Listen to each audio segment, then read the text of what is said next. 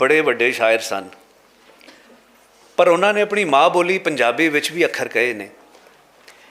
ਇਹ ਸਾਡੀ ਕਮਜ਼ੋਰੀ ਹੈ ਕਿ ਦੁਨੀਆ ਦੀ 10ਵੀਂ ਵੱਡੀ ਜ਼ੁਬਾਨ ਹੋਣ ਦੇ ਬਾਵਜੂਦ ਅਸੀਂ ਆਪਣੀ ਮਾਂ ਬੋਲੀ ਨੂੰ ਭੁੱਲ ਦੂਜੀਆਂ ਬੋਲੀਆਂ 'ਚ ਬੋਲਣਾ ਲਿਖਣਾ ਬਹੁਤਾ ਚੰਗਾ ਸਮਝਦੇ ਹਾਂ।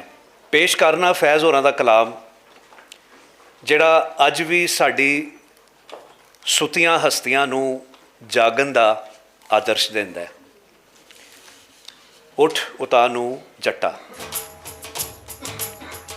ਉੱਠ ਉਤਾ ਨੂੰ ਜੱਟਾ, ਮਰਦਾ ਕਿਉਂ ਜਾਏ,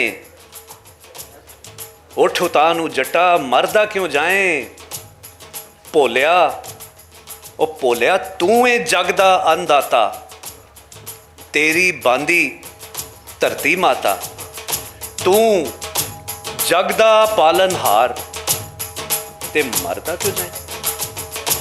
ਉੱਠ ਉਤਾ ਨੂੰ ਜੱਟਾ, ਉੱਠ ਉਤਾ ਨੂੰ ਜੱਟਾ, ਇਹ ਜਰਨਲ ਕਰਨਲ ਸੂਬੇਦਾਰ ਡਿਪਟੀ ਡੀਸੀ ਥਾਣੇਦਾਰ ਸਾਰੇ ਤੇਰਾ ਦਿੱਤਾ ਖਾਵਣ, ਤੂੰ ਜੇ ਨਾ ਬੀਜੇ ਤੂੰ ਜੇ ਨਾ ਗਾਵੇਂ, ਭੁੱਕੇ ਬਾਣੇ ਸਭ ਮਰ ਜਾਵਣ, ਤੂੰ ਜੇ ਨਾ ਬੀਜੇ ਤੂੰ ਜੇ ਨਾ ਗਾਵੇਂ, ਭੁੱਕੇ ਬਾਣੇ ਸਭ ਮਰ ਜਾਵਣ, ਇਹ ਚਾਕਰ ਤੂੰ ਸਰਕਾਰ ਤੇ ਮਰਦਾ ਕਿਉਂ ਜਾਏ। ਉੱਠ ਉਤਾ ਨੂੰ ਜੱਟਾ, ਤੇ ਵਿੱਚ ਕਚਹਿਰੀ ਚੌਂਕੀ ਥਾਣੇ, ਕੀ ਅਨਭੋਲ ਤੇ ਕੀ ਸਿਆਣੇ, ਕੀ ਅਸ਼ਰਾਫ ਤੇ ਕੀ ਨਮਾਣੇ, ਸਾਰੇ ਖੱਜਲ ਖਾਰ, ਸਾਰੇ ਖੱਜਲ ਖਾਰ, ਉੱਠ ਉਤਾ ਨੂੰ ਜੱਟਾ। ਏਕਾ ਕਰ ਲਓ, ਸੁਣਨ ਵਾਲੀ ਗੱਲ ਏ, ਏਕਾ ਕਰ ਲਓ, ਹੋ ਜਾਓ ਇਕੱਠੇ, ਭੁੱਲ ਜਾਓ ਰਾਂਗੜ ਚੀਮੇ ਚੱਠੇ, ਸਭੇ ਦਾ ਇੱਕ ਪਰਿਵਾਰ ਤੇ ਮਰਦਾ ਕਿਉਂ ਜਾਏ। ਉੱਠ ਉਤਾ ਨੂੰ ਜੱਟਾ, ਤੇ ਜੇ ਚੜ ਆਵਣ ਫੌਜਾਂ ਵਾਲੇ, ਜੇ ਚੜ ਆਵਣ ਫੌਜਾਂ ਵਾਲੇ, ਤੂੰ ਵੀ ਛਵੀਆਂ ਲੰਬ ਕਰਾ ਲੈ, ਤੇਰਾ ਹੱਕ ਤੇਰੀ ਤਲਵਾਰ ਤੇ ਮਰਦਾ ਕਿਉਂ ਜਾਏ। ਦੇ ਅੱਲਾਹੂ ਦੀ ਮਾਰ, ਦੇ ਅੱਲਾਹੂ ਦੀ ਮਾਰ ਜੱਟਾ, ਉੱਠ ਉਤਾ ਨੂੰ ਜੱਟਾ, ਮਰਦਾ ਕਿਉਂ ਜਾਏ, ਮਰਦਾ ਕਿਉਂ ਜਾਏ।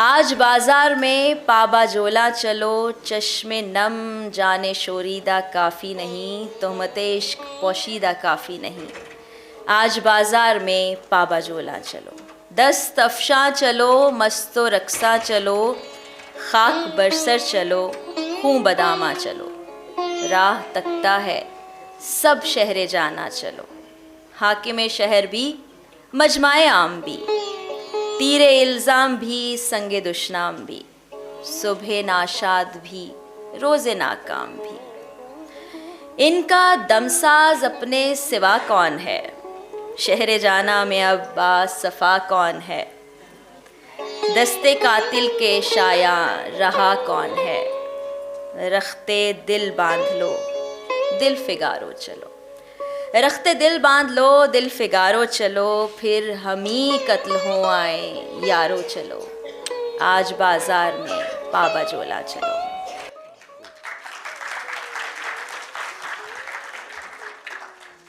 بہت کم لوگ اس بات کو جانتے ہیں کہ فیض صاحب نے علامہ اقبال کے فارسی مجموعہ کلام پیام مشرق کا منظوم اردو ترجمہ بھی کیا۔ اپنے منظوم ترجمے کے دیباچے میں فیض لکھتے ہیں، آج سے چند ماہ پیشتر جب مجھ سے پیام مشرق کا منظوم ترجمہ کرنے کی فرمائش کی گئی تھی تو کافی پس و پیش کے بعد میں نے اس کی تعمیل اس لیے قبول کر لی کہ اول تو اس بہانے سے کافی زمانے کے بعد پیام مشرق جیسے مجموعہ حسن و خوبی کے مطالعے کی سعادت مل سکے گی، اور دوسرا ترجمہ اچھا برا جیسا بھی ہو، ان پرستاران اقبال کے لیے جو فارسی سے نا آشنا ہیں اس کتاب کے معنی اور افکار تک کچھ نہ کچھ رسائی ممکن ہو پائے گی۔ اس لیے ان صفحات میں اگر کوئی خوبی ہے تو وہ علامہ صاحب کی دین ہے، اور جو نقائص وہ میرا عجز کلام۔ گوئٹے نے جب مغربی دیوان لکھا تو علامہ اقبال نے پیام مشرق کے ذریعے اس کا جواب دیا۔ اس مجموعے سے ایک نظم کا انتخاب ہم نے آج کیا ہے، شبنم۔ یہ بظاہر تو فطرت کی منظر کشی کرتی ہے، لیکن در حقیقت یہ انسانی روح کے سفر کی داستان ہے جو بلندیوں سے خاک تک صرف اس لیے سفر کرتی ہے کہ زندگی کے کسی پہلو کو منور کر سکے۔ تو آئیے دیکھتے ہیں نظم شبنم۔ گفتند فروآیز اوج مہ پرویز، بر خود زنوبا بحر پرآشوب بیامیز، با موج دراویز نقش دگر انگیز تابند گہرخیز۔ کہنے لگے اوجے مہو پرویں سے اترا، کہنے لگے آ بحر پورا شوب سے مل جا، ہو موج سے غلطاں سو نقش بداماں جوں گوہر تاباں۔ من عیش ہماغوشی دریا نہ خریدم، آن باده که از خویش رباید نچشیدم، از خود نرمیدم ز آفاق بریدم بر لال چکیدم۔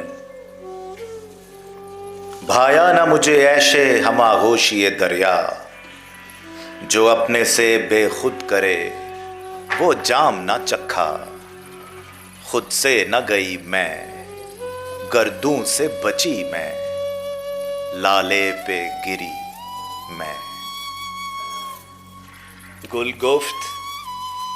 گل گفت کہ ہنگام مرغان سحر چیست، این انجمن راست بالای شجر چیست، این زیر و زبر چیست، پایان نظر چیست، خار گل تر چیست۔ گل بولا کہ ہے نغمہ مرغان سحر کیا، یہ بزم ہے آراستہ بالائے شجر کیا، یہ زیر و زبر کیا، پایان نظر کیا، خار گل تر کیا۔ تو کیستی و من کیم این صحبت ما چیست، بر شاخ من این طائره که نغمه سرا چیست، مقصود نوا چیست؟ مطلوب صبا چیست؟ این کهنه سرا چیست؟ تو کون ہے میں کون ہوں کیوں بیٹھے ہیں مل کر؟ تو کون ہے میں کون ہوں کیوں بیٹھے ہیں مل کر؟ گاتا ہے میری شاخ پہ کیا مرغ نوا کر؟ مقصود نوا کیا مطلوب صبا کیا یہ کہنا سرا کیا؟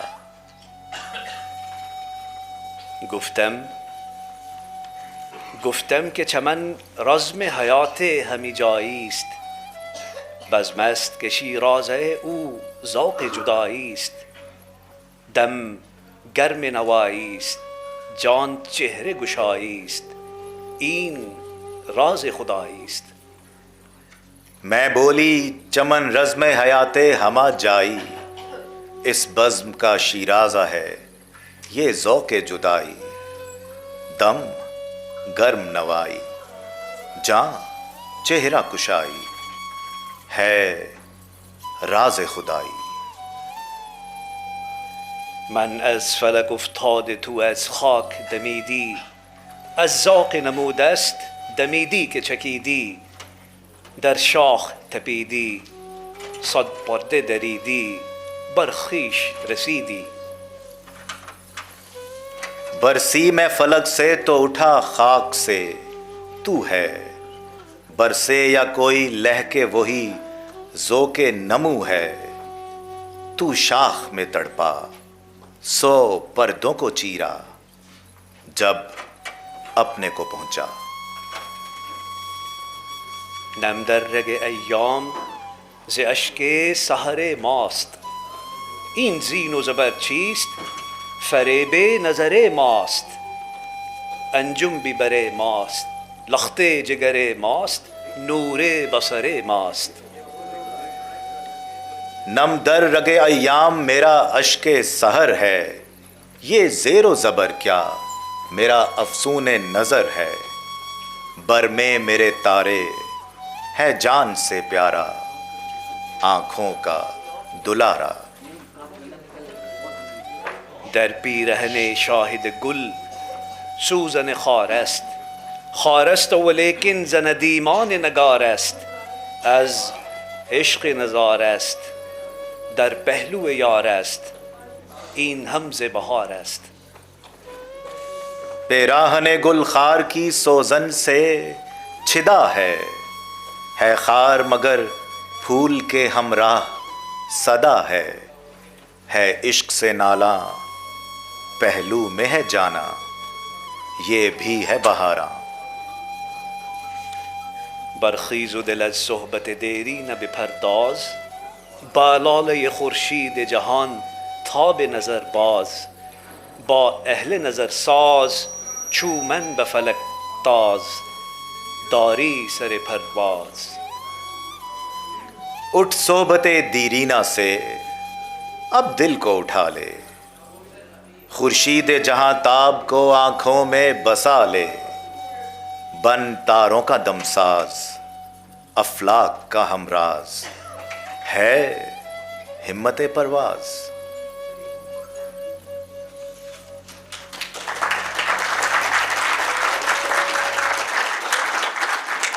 ہم جو تاریک راہوں میں مارے گئے، یہ وہ نظم ہے جو امریکہ میں سزائے موت پانے والے ایک جوڑے کے لیے لکھی گئی. دوسری عالمی جنگ کے بعد سرد جنگ کا زمانہ تھا. امریکہ اور سوویت یونین کے زیر اثر دنیا 2 حصوں میں تقسیم ہو چکی تھی. ایک جانب سرمایہ دارانہ معاشرہ اور دوسری جانب اشتراکی دنیا. ایسے میں امریکہ میں سوویت یونین کے لیے جاسوسی کرنے کے الزام میں جولیس اور ایتھل روزنبرگ کے نام منظر عام پر آئے، جنہیں دنیا بھر کی رحم کی اپیلوں کے باوجود برقی کرسی پر بٹھا کر سزائے موت دے دی گئی. 17 جولائی 1950 کو ایف بی آئی نے جولیس اور ایتھل روزنبرگ کو گرفتار کر لیا. جیل میں ان پر طرح طرح کے ہتھ کنڈے استعمال کیے گئے کہ وہ ان کے ساتھیوں کے نام بتا دیں جو ان کے ساتھ رابطے میں تھے. لیکن جولیس نے سب کچھ برداشت کیا مگر اپنی زبان نہ کھولی. وہ اور ایتھل آخر وقت تک اپنے جرم سے انکار کرتے رہے۔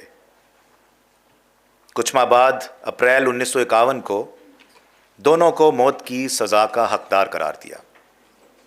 فیض ان دنوں راولپنڈی سازش کیس کے الزام میں منٹ گمری جیل میں پابند سلاسل تھے۔ جیل میں روزنبرگ جوڑے کے خطوط پر مشتمل ایک کتاب کسی طرح ان تک بھی آ پہنچی۔